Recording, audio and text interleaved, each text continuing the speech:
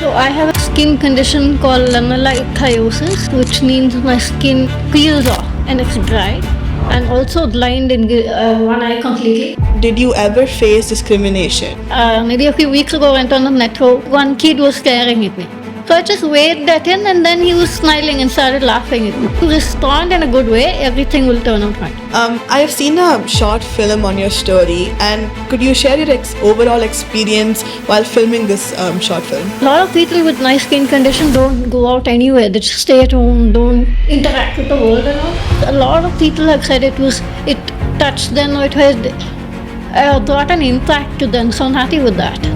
So I actually first came across you when I was in grade 3, and even back then I found your story to be really inspiring. Could you talk a bit about your experience in Trio and what role it played to make you the person you are today? It was the first school that had ACs and all that at that time, which was like I couldn't deal with the heat at all. When I joined my class, everyone was very welcoming. So it built confidence in me, I guess. Gave me an environment to explore. I don't know if you know, but I was the cultural secretary. So This year I'm also the deputy culture, so it's nice to hear it from you.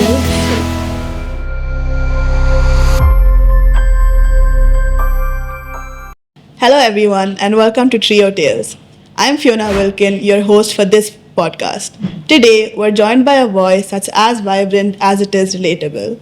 She's known for her infectious energy and sharp wit, and has made a name for herself as a TED Talk host, television guest, and storyteller who connects with her audience effortlessly. So get ready to tune in, lean back, and enjoy this conversation with our alumni, Miss Nisha Lobo. Hello, Miss Nisha. How are you today? hello, fine, thank you. To begin with, would you like to give our audience talk about a little about yourself? I have brief audio would be I studied in this school, graduated with my business BBA in Baldwin's, and now I work at Target. Oh, that's lovely to hear. So before we dive in, I'd love for our listeners to understand a little bit about your condition from the very beginning. Were you born with this condition, and could you walk us through what exactly it is? So I have a skin condition called Lamellar Ichthyosis, which means my skin is like fishes scale. It peels off and it's dry. I'm also blind in one eye completely, and I have minus 11% in the other eye. Oh, okay. So that was really insightful. Thank you. So they say a strong support system can make a big difference in someone's journey. So how did your family support your journey, and what role did they help made you the person you are today? So my family has always supported me without making it a big thing. Accommodation without making it as a kind other. And like I'm to my siblings and their sister, and not any other. So add in every activity and everything, accommodate or just add me into it as if I was any other sibling. No difference. Really beautiful. So I actually first came across you when I was in grade 3, and even back then I found your story to be really inspiring. And today it feels like a privilege to talk to you. So could you talk a bit about your experience in Trio and what role it played to make you the person you are today? Trio, I had joined after in my third standard. I had joined in Trio, and it played a role in that it was very different, and it was very. It had first of all, it was the first school that had ACs and all that at that time, which was like I couldn't deal with the heat at all. So that was a big thing. And also when I joined, everyone was really welcoming and without discriminatory. Teachers and students also. When I joined my class, everyone was very welcoming. So it built confidence in me, I guess. Oh, that's really inspiring and wonderful to hear. And building upon the previous question, I know your time here at Trio wasn't just about personal growth. You also took initiative to organize a fundraiser during your time here. So could you talk about your experience and what motivated you to do so? There's not a motivation as such, in that it was something that I could do. It was like I heard about this situation and I thought, okay, this is something we can do. So that was my motivation. Just something we could do, so why not? So, how was your experience planning the fundraiser and going about it? I'm sorry, I don't remember that as clearly. But Okay, that's no problem. So, school is such a formative space, and so how was your experience as a student? Of course, you spent nearly a decade here at Trio. So, what role did that environment play for you in your story? gave me an environment to explore. I don't know if you know, but I was the cultural secretary. So, Oh, that's and I took part in a lot of like the plays that we had. I used to help with the decorations for arts and crafts and whatever. Like I had the space to like explore a lot of stuff. Whether I liked it or not, it was a really good space to explore and find out what I wanted to do, what I was confident in. Oh, that's really wonderful because this year I'm also the deputy cultural, so it's Oh, nice to hear it from nice. you. Nice. Yeah. So we've spoken about your journey a lot so far, but I'd love to bring it to the present now. So, what are you currently working on, and how has your journey shaped the success you've achieved today? I'm working at Target as I mentioned. Not working on anything specific, but I do sometimes if anyone asks like you to talk to people, I do that. Okay, that's incredible. And along that journey, did you ever face discrimination from strangers, institutions, or even people who should have known better? And how did that shape you? Of course, I mean, of course, I've shaped discrimination and in case discrimination. Even like maybe a few weeks ago, I went on the metro.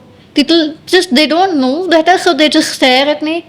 But I always find if you can respond in a positive way, even they'll understand and they'd move on in a good way. Because like I had just the other day when I went in the network, one kid was staring at me.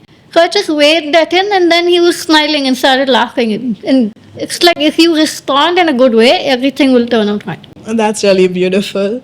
So, looking ahead, your journey carries so much meaning for others, for our future generations, especially for few kids who could feel a little different or who could lose hope easily. So, what message would you like to share with them?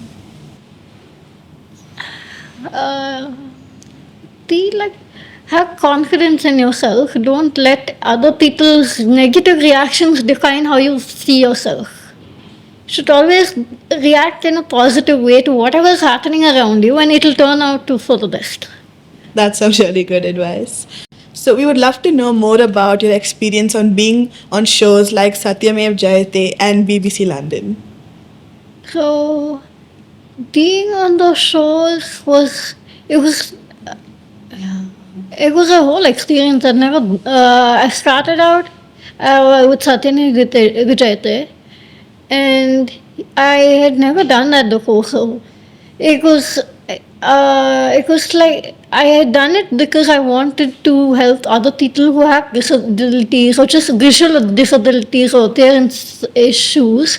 Because a lot of people with nice skin condition don't go out anywhere. They just stay at home, don't interact with the world and all. So I started out.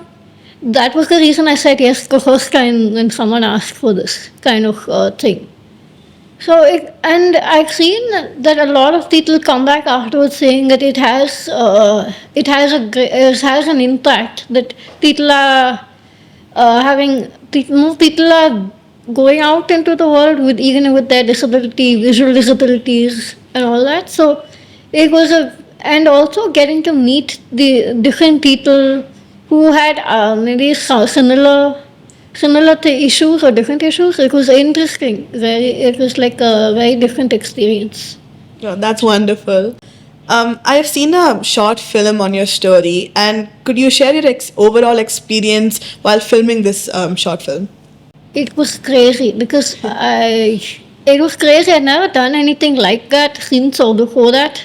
But because they came down from from Bombay or Delhi, and they had like proper filming. They had other actors. They had people. It was very crazy and like, but also it was a new experience, which was like interesting experience, which, uh, yeah, and the whole film also, as a lot of people have said, it touched them. Or it had brought an impact to them. So I'm happy with that. That's really beautiful to hear. I wanted to ask more about how you see the world today as a whole. Like in your heart, do you feel like the world is making more place for people, or are there still few days where you feel a little out of place?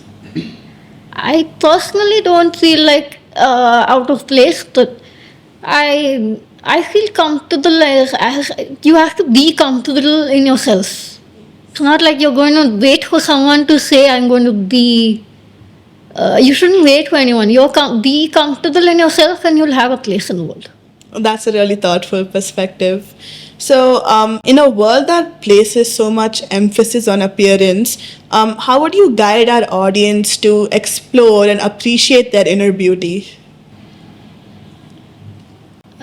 So for me, one thing is the way I look has shaped me in the sense that I don't care what anyone thinks. It's been from the beginning because of because of the way I appear. I just never care what any standards that anyone says or anything about beauty. Just never applied because I'm like I don't doesn't apply to me. I don't. So you should, I think, not care as much as what other people say. Just be healthy and happy. That's a really powerful and beautiful way to look at it, actually. So that brings us to the end of a truly beautiful and inspiring conversation. Miss Nisha's stories remind us of the power of love, resilience, and how authenticity can shape someone's life in the most meaningful way. Thank you, Miss Nisha, for being with us today. It's Thank been you a for asking pleasure me. having you. And to everyone listening, remember that a small act of care can have a big impact on someone's lives. So thank you for tuning in to this podcast.